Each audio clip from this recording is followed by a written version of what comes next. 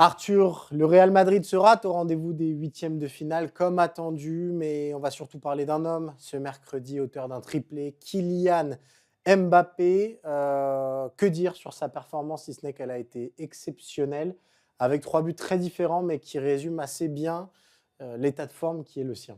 Ouais, l'état de forme et l'état de confiance. Il s'en est presque amusé, Kylian Mbappé, au micro de Canal+, après la rencontre, à détailler tous ses buts et à expliquer, bah ouais, il y avait à peu près toute la panoplie de ce que je sais faire, du passement de jambes, un enroulé pied gauche, du pied droit, un petit lob pour lancer la rencontre.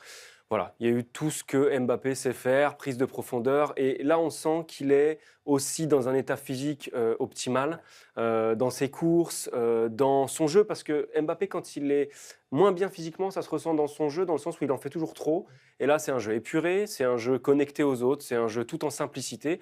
Et c'est le Mbappé qu'on aime. Donc, vraiment, ce qu'on a vu mercredi de lui, bah, c'est la meilleure version de lui-même, loin de ses doutes du début de saison, loin de son côté parfois agaçant. Là, voilà, c'est tout ce qu'on aime de lui. Et avec un Mbappé à ce niveau-là, avec un Mbappé qui marque 4 buts en 2 matchs contre City, bah, évidemment, il ne pouvait pas arriver grand-chose au Real. Ouais, c'est intéressant parce qu'on a beaucoup parlé évidemment de son début de saison compliqué, mais Ouais. ça allait aussi avec un système tactique un peu illisible du côté du Real Madrid. Là, on comprend beaucoup mieux où Carlo Ancelotti veut en venir. C'est plutôt très Ouais. puissant, comme a pu le constater Pep Guardiola. Et finalement, tout le monde se met au diapason. On écoutait Jude Bellingham juste avant sur TNT Sport qui expliquait que grosso modo, le rôle maintenant des milieux du Real Madrid, bah, c'était de filer le ballon devant et de voir ce qui Ouais. se passait. Chacun a son rôle et finalement, celui d'Mbappé, c'est de finir. Les 3 buts très différents montrent que c'est un vrai buteur racé. Et il y a quelque chose quand même qui ressort des dernières semaines du côté du Real, c'est qu'il y a un homme qui incarne tout ça, Ouais. c'est Mbappé. C'était pas si évident que ça en début de saison avec Vinicius, avec Bellingham.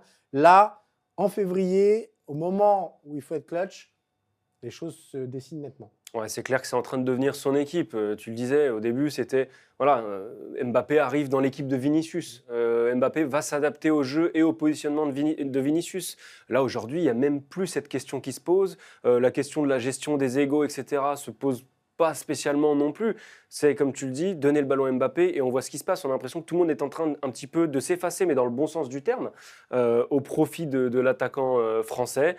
Et bah, ça dit tout de son état de forme actuel. Là, il est quand même à 27 buts, toutes compétitions confondues, cette saison avec le Real. Il a marqué 7 fois en 10 matchs de Ligue des Champions. Et puis, on voit dans toutes les réactions d'après-match, c'est quand même un vestiaire de stars, mais que tout le monde est très content de son état de forme parce que, bah oui, ça peut leur faire un petit peu d'ombre et à la fois, ils savent très bien, tous autant qu'ils sont, que c'est un Mbappé comme ça qui va les porter au sommet. On a vu un Bellingham très content. On voit même un Vinicius dans ses célébrations, il vient toujours célébrer avec lui, qui est très très content aussi. Courtois, bref, tout le monde parle de lui de la meilleure des manières et ça en dit long sur lui. On a presque envie d'imaginer, de se poser la question du ballon d'or. Évidemment, on est dans l'analyse de l'instant, mais aujourd'hui, Mbappé, il est quand même revenu très très haut dans la hiérarchie des meilleurs joueurs du monde actuel.